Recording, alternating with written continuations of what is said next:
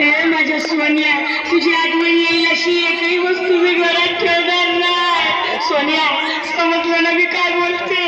तुझे कपडे मी भांडवाडीला देईन, पिठाचे डबे देईन, तुझ्या टेबलावर पाठवलाच नाही, तुझ्या दादीने मोडायला उद्याच नेईन. राजा, तुझं दिवस भारी करीन, साऱ्या गावाला लाडू चारीन, तुझा फोटो टेबलावर ठेवीन आणि मग मी पोटभर जेवीन.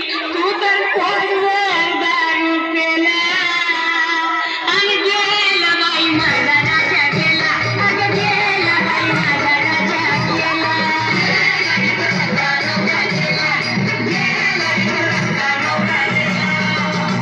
माझा राजा सोडून गेला, माझा पोपट उडून गेला, आता कुठे शोधू त्याला?